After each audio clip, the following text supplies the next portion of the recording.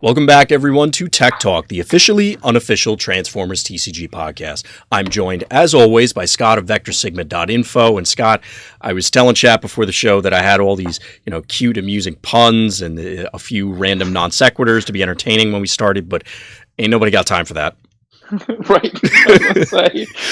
It was very much, I was thinking about how I'm going to map out the show and what we're going to talk about. And then, there were some extra spoilers. So if you're listening to this after the fact or even now, clearly we're going to be splitting this one up. So we'll chop it somewhere in the middle and then stay tuned for the follow-up.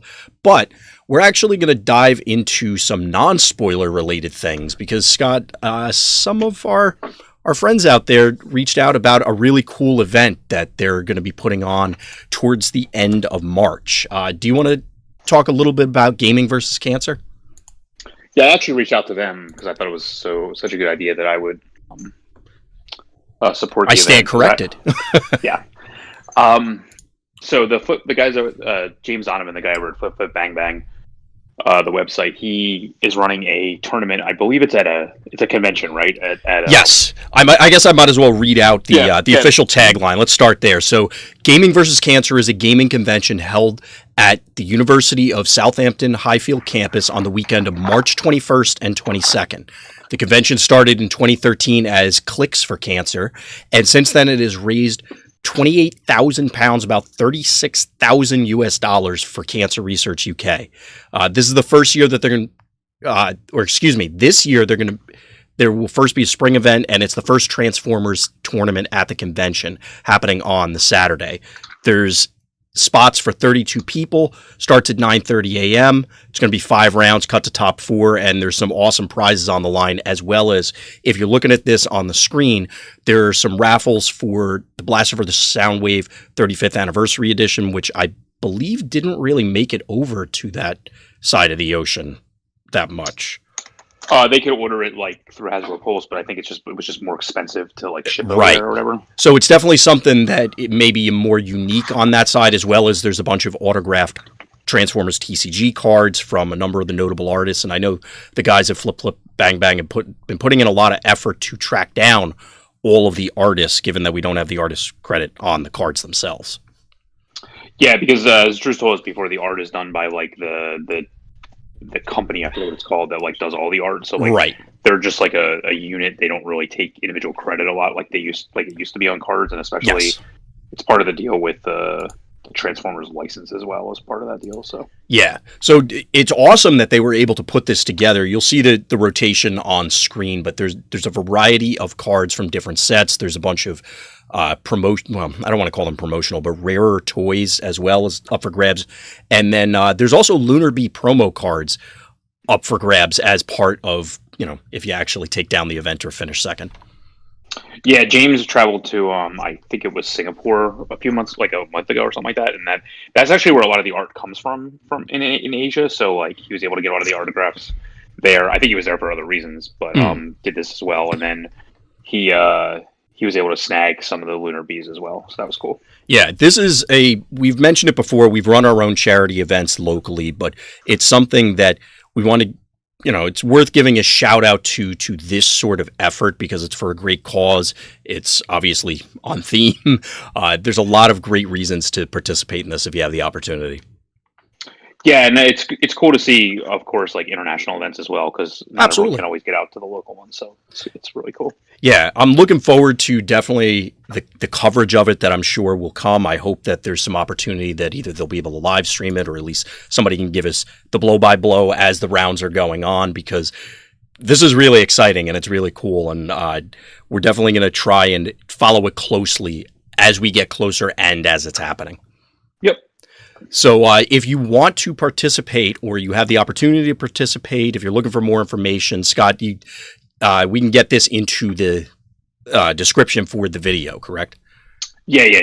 I don't know exactly what website it's on, but I'll put the same information that he gave us right into the description. So absolutely, yeah. But again, it's the guys from Flip Flip Bang Bang. You can definitely follow them on Twitter. I'm sure they're going to be posting more information as the dates. We get to the date. I can't talk. I'm already tired and we haven't even started. I think there's a Gaming versus Cancer Twitter as well, because I was recommended to follow them. So I'm sure there is. Yeah, I see in the email that we have, there's a Facebook event for it. But again, we'll have all the links that we were provided compiled on the video. So definitely want to give them a shout out. Again, it's a really cool event. So anything else you want to add there, Scott, before we move on? No, not for that event. So also a recap for an upcoming local event for us. And this is the Transformers TCG Grand Tournament that's going to be hosted by Top Deck. And Scott, I'll hand it over to you as the genesis for this. Yeah, so we played last month, last week I think it was actually, and it was, we wanted to do something different for the end of the wave. Most honestly, like a lot of it was ourselves, like not just like other players. Like I don't think there was a lot of complaints from other players that it was getting kind of stale, but we just kind of felt like we've been playing this format for so long and so intense that like we wanted to try something different. So I put a poll out there on the event, and even though a lot of the votes might not have been from local players, there was a large outpouring for the idea that we had to run it as a siege block event. Yeah. So I was actually a little taken aback by the response. I expected some at least token resistance to the idea. No, literally no. It was pretty no dissenting votes. So I was debating being the dissenting vote just to have somebody on there, but yeah, literally none. So I mean, I'm hoping that everyone that voted or that's local shows up.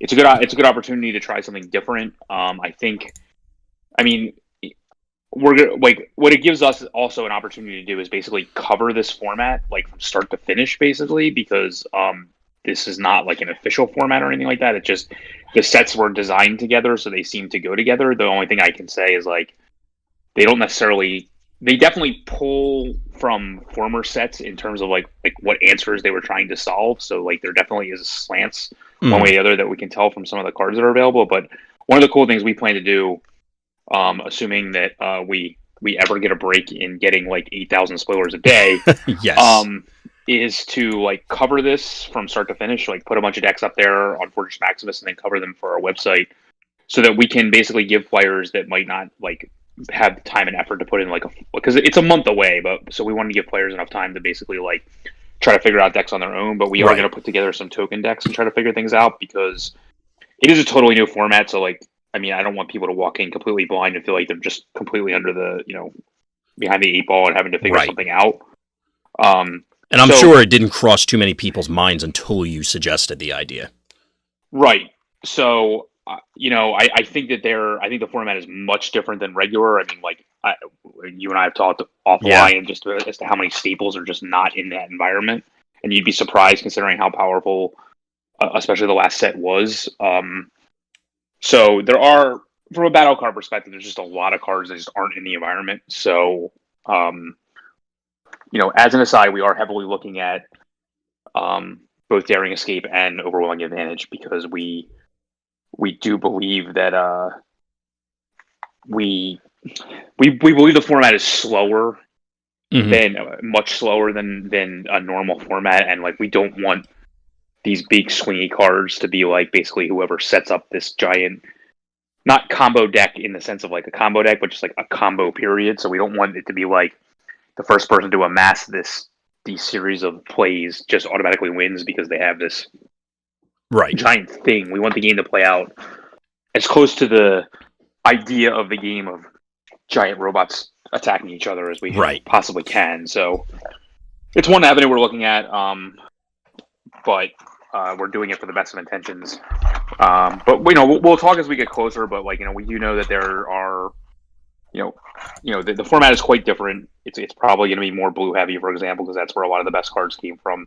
Just at first glance, but there's a lot going on, and I just think it'll be a fun event to close out the wave. Even though, at this point, we're not really closing out a meta. We're playing it, creating it, all this kind of stuff all in one. But it'll just be interesting, I think, for people to, and a different take on the format. So. Absolutely. Plus, on top of it, all the things that you had mentioned on the previous show, as far as all the things building up towards the, I guess the major, the grand tournament, once we have actually have Wave 5 in hand, the chances at potentially getting your entry into some of these larger events, having this new format, a lot of ways to explore different things. Yeah, the event for the Wave 5 kickoff that I'm calling it is going to be on May 2nd, which is this first Saturday. That's going to be the first event where, I mean, there might be other places, but for us, it's going to be the first major constructed event that includes Titan Masters Attack. So we'll definitely have, obviously, a lot of coverage of that event. And then we'll be giving out all 4 passes that we have to Origins during that event. Again, first and second place, as well as the raffles for if you show up to this event and the previous event we just had, as well as the event that day. Each one of them gives you 1 raffle ticket for a maximum of 3 to win a 4-day pass into Origins completely for free. So, and that's in addition to the great prizes that we're already, Top Deck's already providing on a regular basis. Which you had mentioned before is way on the high end comparatively, and not top heavy high end necessarily. We're just talking that the generosity at Top Deck is almost to the point of dumbfounding because of how much they're willing to put up. It's a event worth traveling for now on many different fronts. Yeah, we could probably do a whole show on game stores, but we could make a show out of anything, Scott. Yeah. I can drag it out. Yeah, but I mean, I really believe.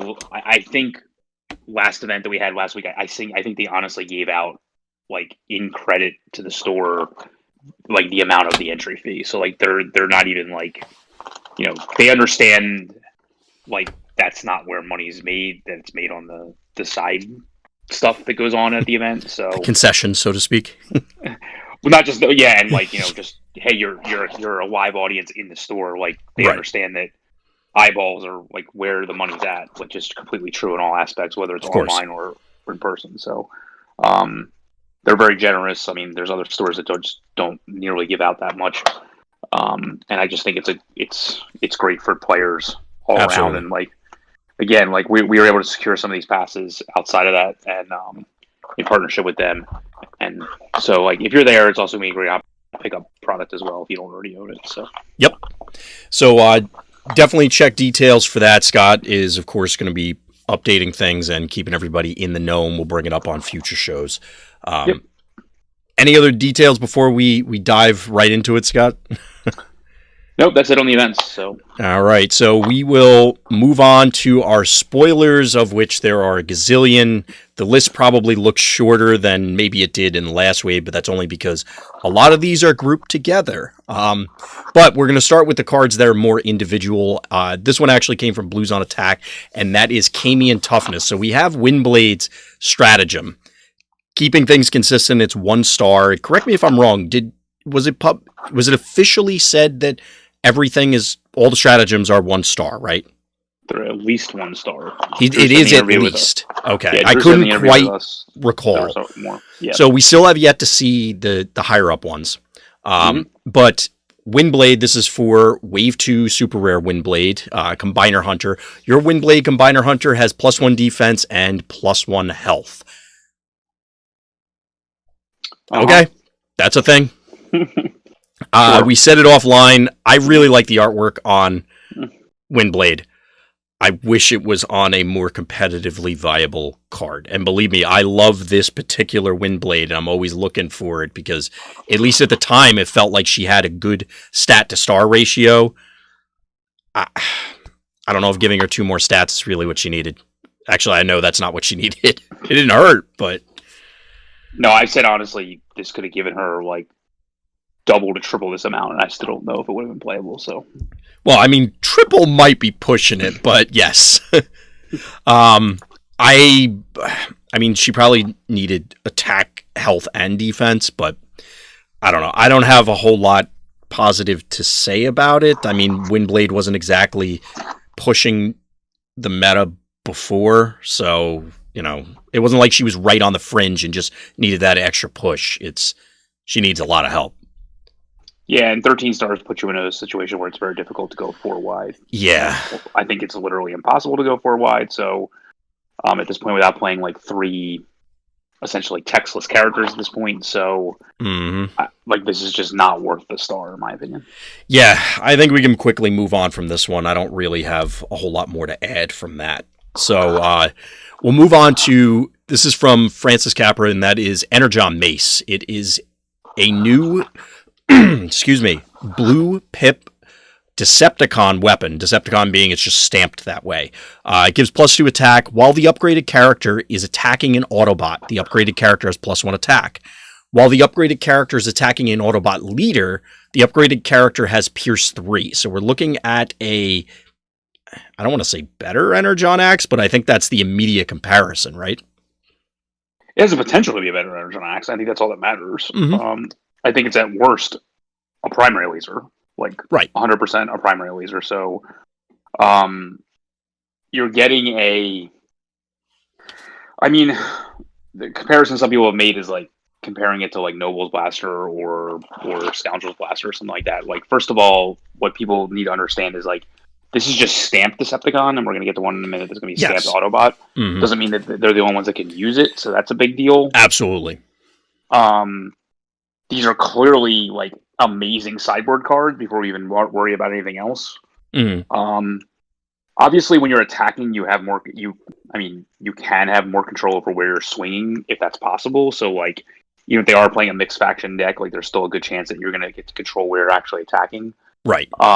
So, this really has very little downside, other than the fact that it's quote not green. That is notable but that is the power versus trade-off, or power versus consistency trade-off that Wizards is kind of going for with that comparison. So when you had brought up, say, Scoundrel's Blaster, I get it, where people are going to mentally try and line the two up, because you have to make that comparison, especially in the context of everybody has Airstrike Patrol on the brain. Yeah, I think the issue is, so if you think about Airstrike Patrol, they have a leader, obviously, but it's not a easy to get to leader because he has stealth. Mm-hmm. So he's low enough that I don't think that the 3 Pierce is going to matter all that much. Well, in this case, it wouldn't, regardless, because it specifically is looking for Autobots. But I get where you're going with. Oh, you know what I mean? Oh, yeah. Sorry, you know what I mean? Yeah. Any of the patrols. Sorry about that. But then on the flip side, the biggest, Shockwave decks like this a lot, probably to play on the other characters, but absolutely. You're going to want to put double Shockwave guns on Shockwave, but making your little dorks relevant, that's the whole point of running Energon Axe. Mm-hmm. So if you main deck Energon Axe and board this, and you go, they're playing Galaxy Prime, they're playing Jetfire, they're playing, it seems like it's always Autobot leaders, so other General Optimists, etc. All right, this comes in and gets there. The meta is very helpful to make this card very powerful as it stands right now. Obviously, we don't know where it's going to go. The only leader I think we've seen so far is Cup, but he still seems extremely playable. So, I don't know. This seems very powerful to me. It seems very easy for it to be a better Energon Axe in the end game, which is usually where it matters. So putting this on your main character against their main character, you'll win a race Axe versus this, if assuming that they're an Autobot leader. So I'm assuming it's blue deck on blue deck or something like that. So I think this card's extremely powerful. There aren't that many hoops you have to jump through to make it above the curve, and it starts at the curve. So it's clearly playable. 1 or 2 main deck and easily a playset of them totally through the sideboard. So of course, yeah, I expect that we will see this. It's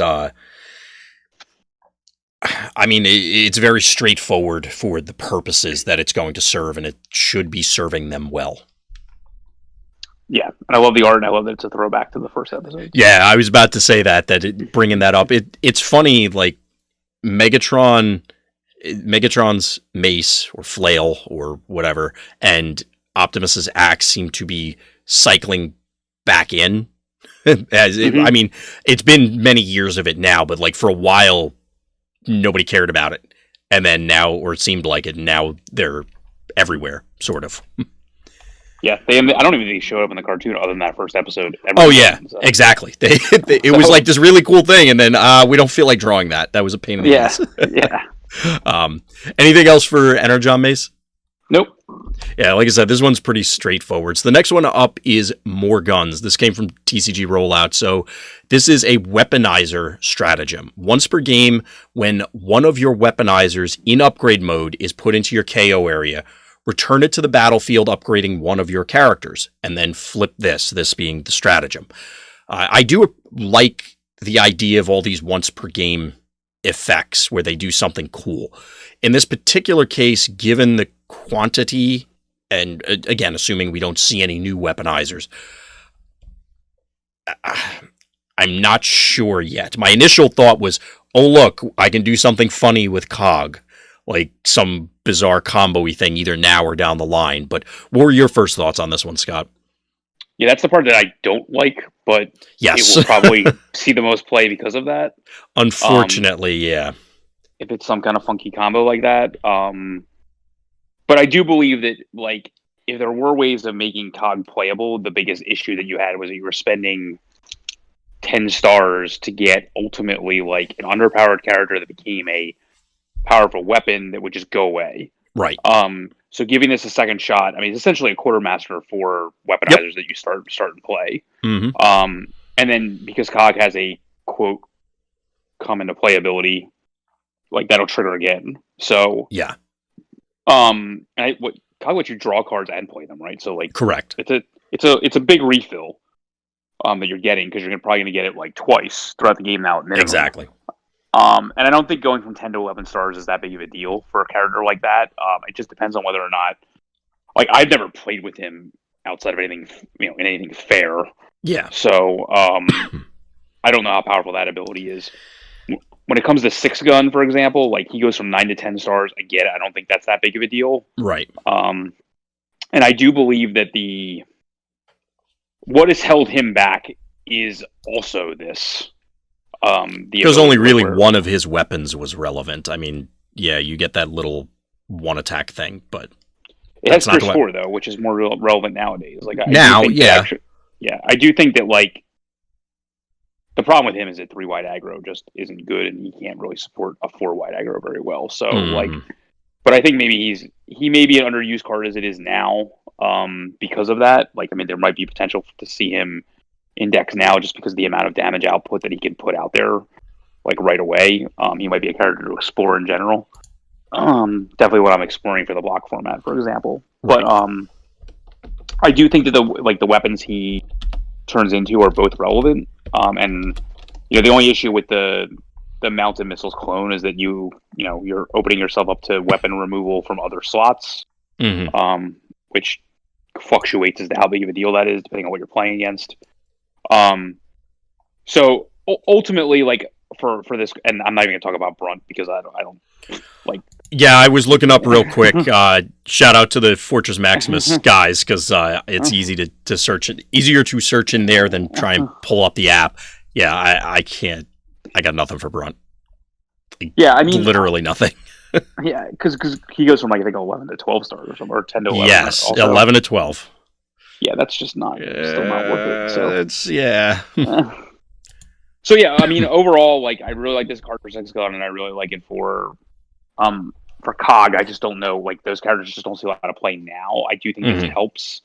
I just don't know what the viable partners and what the deck looks like, even now. Like, I had built 6-gun decks in the past. It's just that 3-wide aggro wasn't a thing, but I think that's going to change with this set anyway. So I think that just gives you, like, I mean, you essentially are starting with a free, like, a powerful card that you'd want to get out of your deck usually when you're playing these type of cards, like, if it existed. Like, obviously, if Quartermaster could have been used on weaponizers, there's a chance that they would have seen more play. Right.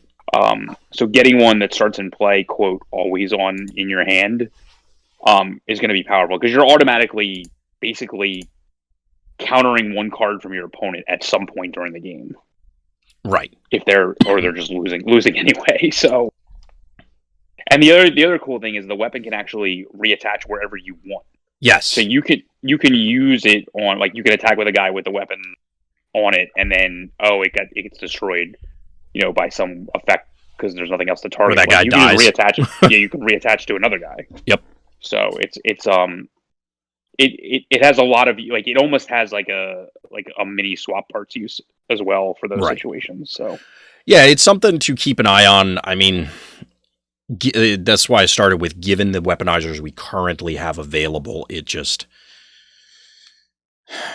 I don't know. I'm more excited than the Windblade one. Fair.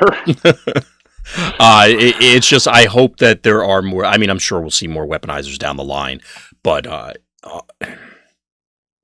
it's hard to see where it fits at the moment. But it does offer enough unique things that it has to be in the back of your head as we continue through the remainder of Wave 5.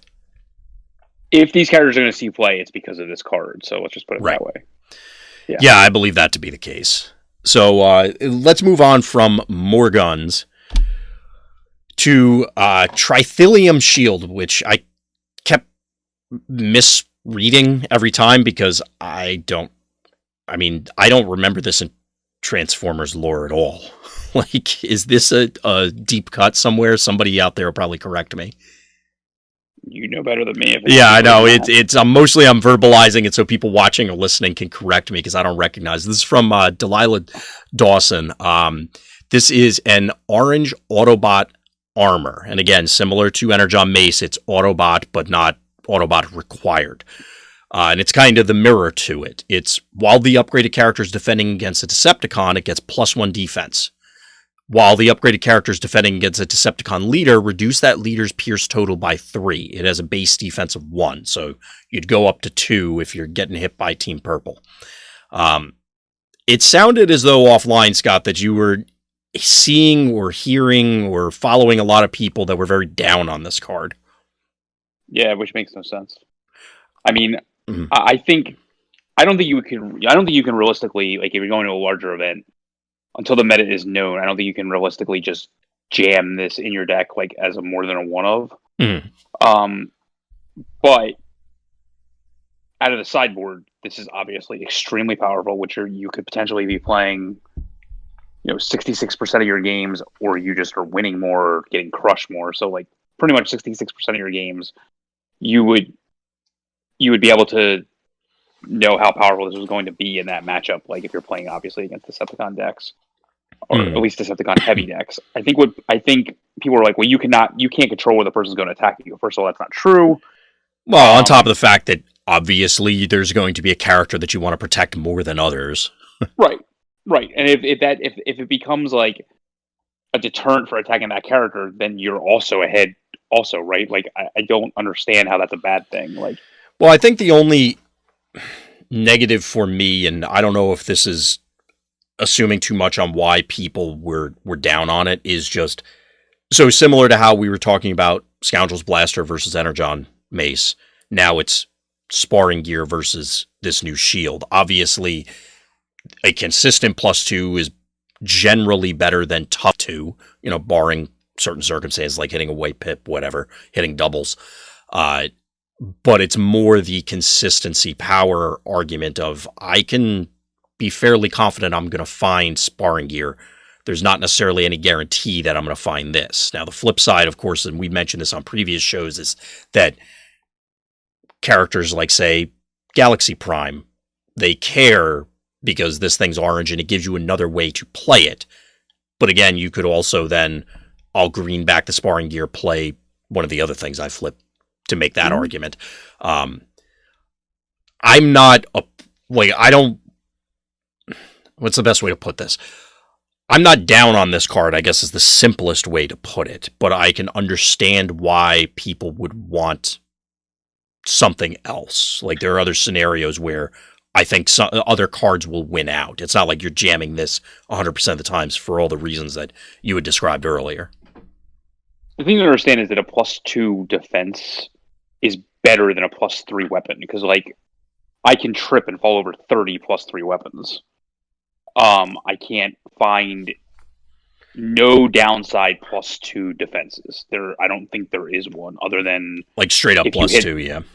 If you hit the rock paper, like this is similar to rock paper scissors armors, yeah. Except for it's off color, but it helps you against a wider swath of characters. And like, you know, if a lot of people are playing range decks, then the ranged armor doesn't really help you, right? Because it only helps against melee. So like, you know, you're not going to play a specialist a lot of times just to play covert armor, where you could just jam this and then be protected by the same thing. Right. I mean, yes, it's a quote like off-color pip, but I mean, +2 armor with no downside, other than it may not always be active, because the other one is guard presence, which is -1 attack, +2 armor, which I've never seen play, but I mean, it is what it is. But right. I mean, this seems like a bigger upgrade to that, and I think in the 50 card list, you should definitely be playing this card.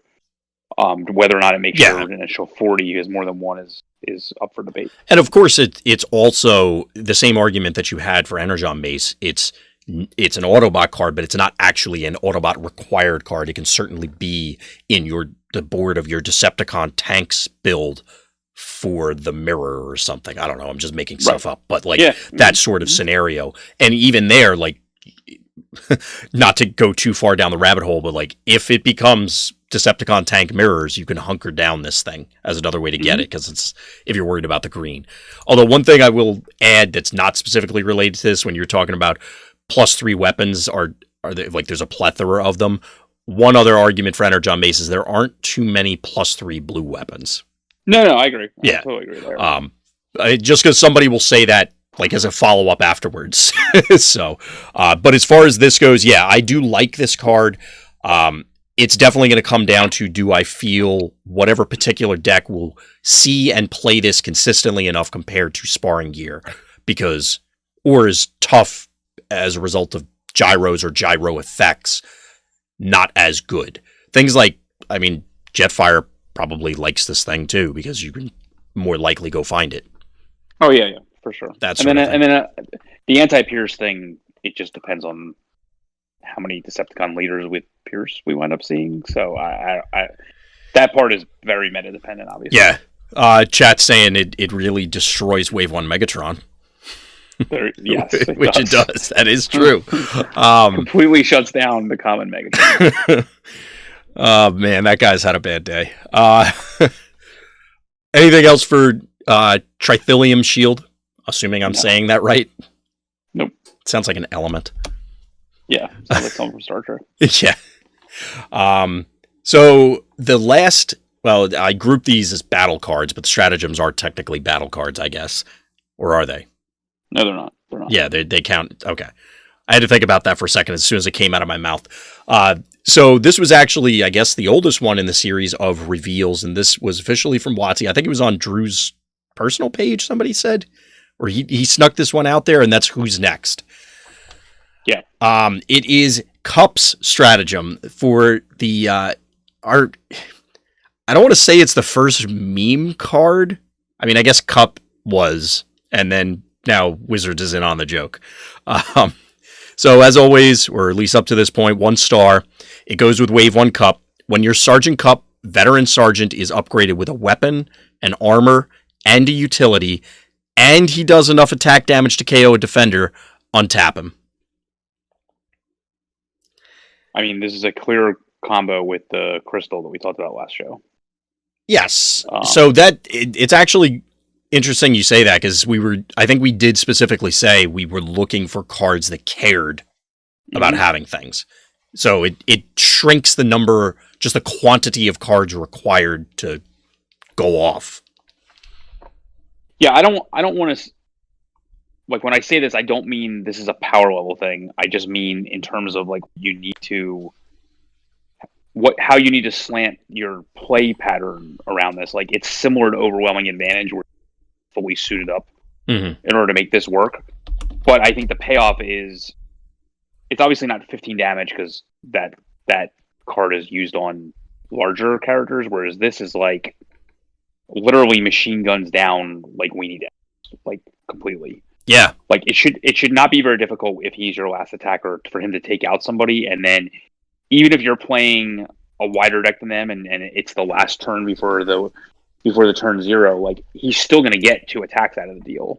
Right. And if it happens on that same turn, that means a lot of the combat pumps are going to carry forward to his second attack as it is. Yep. So I covered it today in Card of the Day, and like I don't think it's unrealistic out of either color slanted deck to get him up to like flip the bot mode where you're like, way worse. In bot mode, so I'm actually looking at him. He's a 5/8/1/7, so he'll be 8 stars with base 5 attack. Right. So if you assume like he has like a +3 weapon arm and like some type of at least like +3 combat action on him, +2/+3, like you're talking about like even out of a blue deck, swinging for like 10 to 11. Yep. Out of an orange deck, you're probably swinging for even more. And if it happens like in the middle of a cycle where you just pick somebody off, then like you're literally just getting a ready for action. Notice this does not flip itself. Yep. So however often he does this is how often it happens. You could hypothetically end the game. Yes. Like right then. It's unlikely, but it's possible. I think you can build your deck to where like, there's spread damage and things like that where this, I don't understand why people like were down on this card because I understand it's not the easiest thing to set up and I understand that like disarm is in the meta and there's a lot of removal, but like, well, like you said, the crystal actively, okay, you are more susceptible to Enforcement Baton's Bashing Shield like we talked about when we reviewed the crystal. But in this scenario, just play the crystal last. Your opponent, what are they going to do? Disarm your utility? Right. Like, that doesn't feel like a very economical play, even if they see this coming. It's like, it feels like it's entirely possible to set up these Christmas land scenarios, and it's not necessarily that Christmas landy, depending on what the meta shapes up to be. And when you factor in, like, Battle Masters and things like that, like, now you're talking about, like, setting up insane Peace for Tyranny turns. Like, I still don't think these things are all that Christmas landy because they happen all the time. So, like... Well, Peace or Tyranny with this guy, if you get this set up, could also end the game on the spot. Now, to be fair, there's a lot of scenarios where you can go, well, if I Peace through Tyranny, I guess I just win. I mean, there's a lot of decks that can say that, but it gives you some options. Chat saying, doesn't the crystal fall off of the first attack? Yeah, but it would at least let you untap him. So the scenario where, like what Scott was saying, if you do it in the middle of a cycle to set that up, it lets you get a free ready for action sort of thing. Yeah, and his weak hit points and weak defense in bot mode don't even matter if you take out somebody in the middle of a cycle because you untap. Yeah. I mean, if you can set this up, it's like a time walk. Like is it not? Like in the middle of a cycle, like you basically you force him to continue to attack the character that like you already had tapped because he immediately untaps, and then sometime down the row you're gonna get another turn deal because you have an untapped character likely now more than they do. So I don't know. I don't know. This is the deck for more guns, Scott. It's Brunt and more guns, Cup and this, and then some random other guy, and then you get Brunt killed. It gives Cup 2 things. You throw the third one on there, and then go to work. Yep. Meta solved. I mean, I don't know. Like, I think depending on the sideboard rules, like if you're allowed to sideboard a stratagem and a character, like I can see where you'd sideboard both of these in against an aggro deck. Like I don't like some of the patrol decks have guys with 6 health. Yeah. I'm pretty sure he can take out a guy with 6 health out of an orange deck. So the effect is powerful enough. Like we've seen this before with cars, that untapping characters is incredibly powerful. It's just as excited as you're getting me about potentially doing this, it is still, you need 3 plays. They need to not have sabotaged armaments. They need to not have something to set you back a turn. Because if Wave 1 Cup gets out there and is exposed, he's just dead. Like, you're not getting a second chance with this. He'll be your last attacker regardless. So, I mean, I don't think that's that big of a deal. Well, yes, you're clearly setting it up. It's just, it is definitely a departure from, okay, you have a big... like here's your major character that's important, and they're the one that's getting in on the wheel or right before the wheel. Now it's this random. Well, he'll be 8 stars with this. It just feels a little different to that extent. But given that it's only 8 stars with this stratagem, it does give you a little more flexibility. So him and Fire Drive is 15. So you could go 10, you could go 4 wide with 2 more to buy yourself 2 5s to buy yourself more time.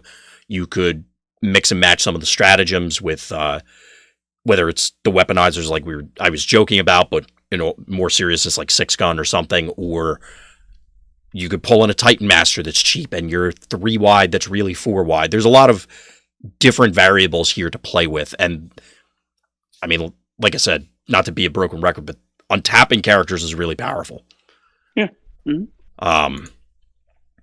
I guess maybe if we see more crystal effects, so if there's a armor utility or a utility weapon or, something like that, obviously it changes it.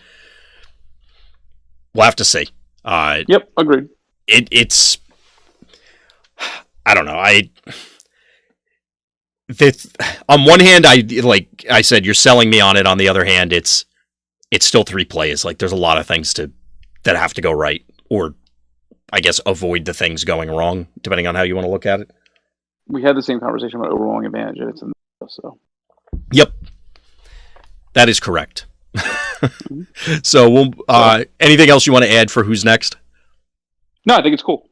Yeah, it's definitely at least a splashy effect, and I can appreciate Wizards getting in on the joke. Yeah. So we're going to close out this half with Wolfwire, and is it Monxo? I don't know how to say the headmaster's name. I honestly don't know. But we're going to start with Wolfwire. So he is the latest Decepticon body that we have. He is base 9 stars, 5/12/2 in alt mode. He's continuing to add to the Beast tribe, and he's melee. When you flip to alt mode, you may scrap a green card from your hand if you do draw 2 cards. So it turns a green card into a pep talk. However, in body mode, he's a 6/12/0, and when this battles, instead of swapping a card from your hand with one of your flipped green cards after the battle, you may put one of those green cards into your hand. Now, I believe the way this is written is it's precluding, like you can't get a green off of this and green a second card back because it's instead of. Yeah, that's the way I take it also, but I don't know if that's true or not, because I can see it either way. Right.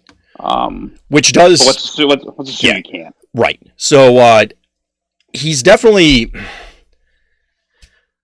Yeah, somebody's saying in chat that the direct comparison is Swoop from Wave 2. Like, that's what he does pretty much in this. Although he does get it, Swoop, if I recall correctly, is only when attacking. He gets it on defense as well. So you hypothetically are getting 2+ cards, depending on whether they decide to punch him first or how things play out. But he's probably... It's entirely possible he doesn't draw you 2 cards, depending on how much damage they can put on him initially, which I guess admittedly would be difficult. Like if they punched him first. Like they went first? Yeah, like they went first, punched him hard enough, and then burned him out somehow. But he's 14 health, so you're probably getting 2. 1 from the attack and 1 on defense if you flip the requisite greens. Yeah, which should not be hard. Right. We're definitely at that stage where the combination of heads and bodies is starting to become difficult to track. So is there a particular one that, like, we're going to get to whatever his head is called in a moment, but is there one that you had in mind for this guy right away, Scott? Probably the plus health one that came with the crocodile guy. To put him at 17 health? Yeah, because that's the only way. Like, I would assume this is out of an aggro deck. Because I just don't see how having 0 defense is going to help with a defensive deck, even though you're basically getting a bunch of free card draws. Yeah, I don't. Well, it's not like aggro decks don't like cards either. They can certainly make use of them. I don't like this guy very much, to be honest with you, because I don't. Greens are powerful because of the consistency. Getting more of them, I mean, other than the situation with like Focus Fire and War of Attrition type effects, which I guess you could make an argument that like you would just play those and then he'll just go get them easier. I just don't know that like anything else matters. Well, I think the bold head, you can make an argument just for, well, if he's already an aggro deck, giving him bold. And then on top of it, you don't necessarily have to dilute. So if you're not an Airstrike Patrol aggro deck, like you said, the power level of the greens cards are naturally lower. This lets you dig a little bit deeper so that you are closer to being guaranteed to hitting them without having to include as many. That's fair. I mean, I don't know if that's worth it, but, you know. I don't know. Like, I want them when, instead of bad cards in my hand, not, like, they're never like, let me flip the top card and hope it's this green card, because they're always going to be underpowered compared to other options. So, like, I don't think they're ever the, like, optimal play that you can make in a turn, given a choice of playing anything else. So that being said, like, I don't think having access to more of them is necessarily going to more powerful turns. You'll have more, like, efficient turns.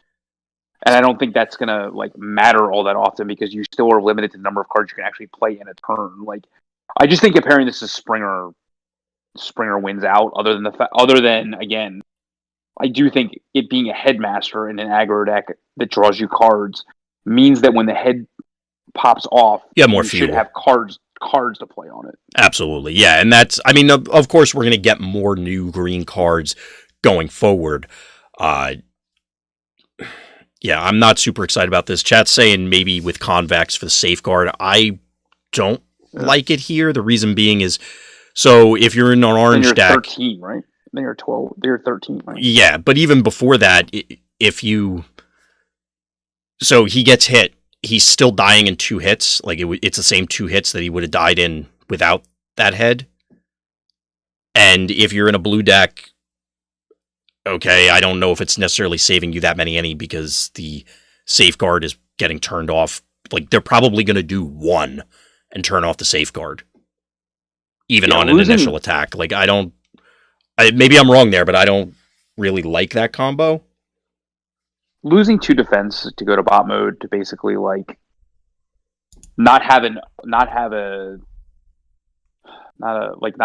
passive that helps the rest of the team. That basically, like, if you're not attacking, we've set the standard with things like General Optimus, and, you know, I mean, even Springer sits there and gets to, like, do his flip back to alt mode in both modes. Yeah. So like, and Springer builds you towards something. Like, this guy isn't building towards anything. He's just building towards getting you more cards in your hand that are less powerful.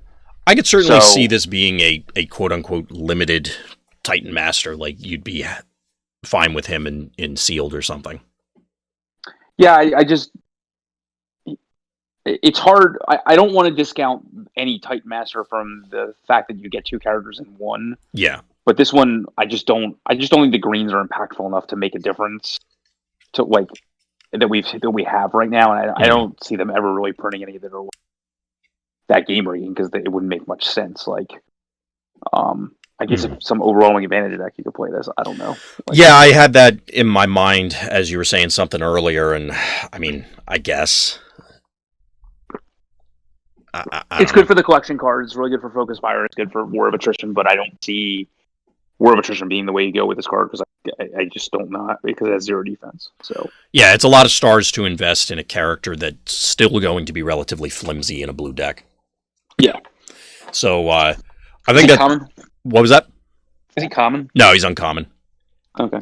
I have to say the alt mode artwork is pretty sweet, but yes, I'll give you that. We take what we can get. So we're gonna close up this half with Monzo. I don't know how to say this guy's name. It's the +1 attack guy. He is a +1 attack in head mode. He's for 2 stars, 3/2/0 melee Titan Master. Notably, I guess one of the maybe not more important points is just it gives us an idea of the scope of what somebody said it, maybe you offline, Scott, like, okay, now we know 1 attack is worth 2 stars to Wizards.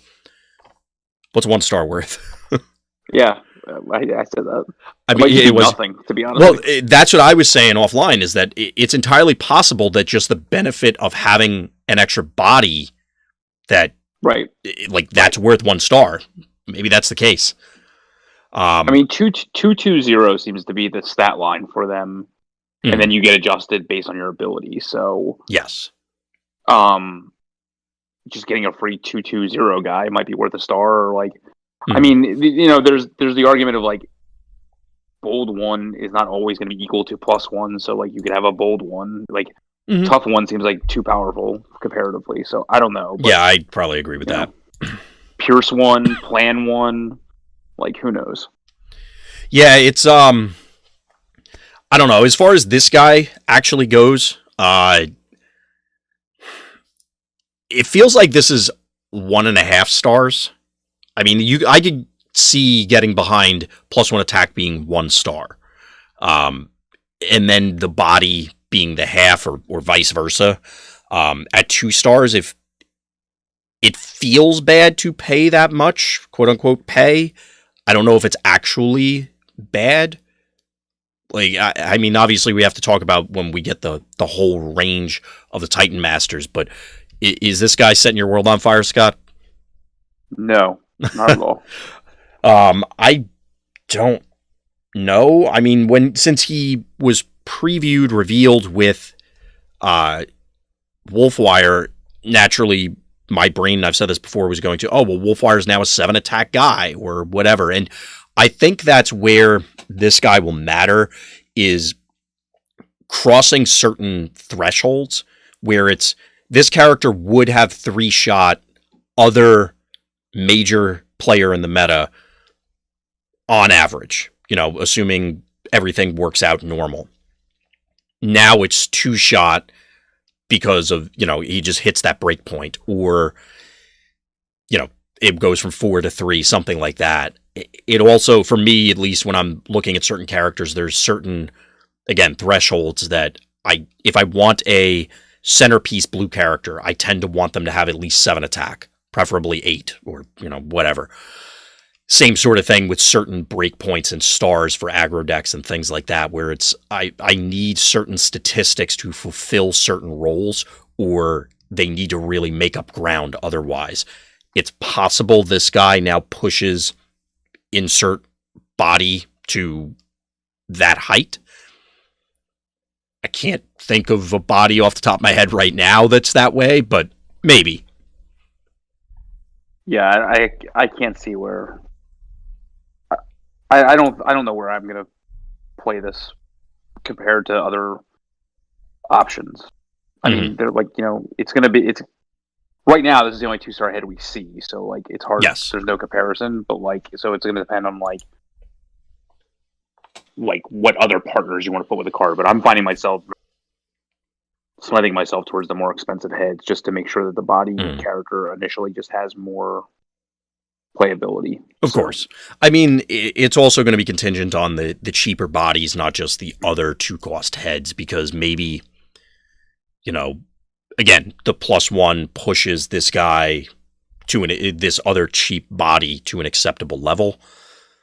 Whereas and then you can also fill out the rest of your team with other reasonable characters. So maybe that's how the multiple Titan Master team is intended to function, so that swap heads actually does something. Yeah, that's fair. This is all speaking, of course, in hypotheticals, because, like you said, fact of the matter is, this is the only 2-star head we have seen. Right. So, that's all I got on him. You got anything else you want to add on him? That's more than I even had on this. Yeah. So we're going to close up shop for this half here, folks. So if you're watching live, please hang out. But for everybody else, as always, thank you for listening. Thank you for watching. And please tune in next time for more Tech Talk.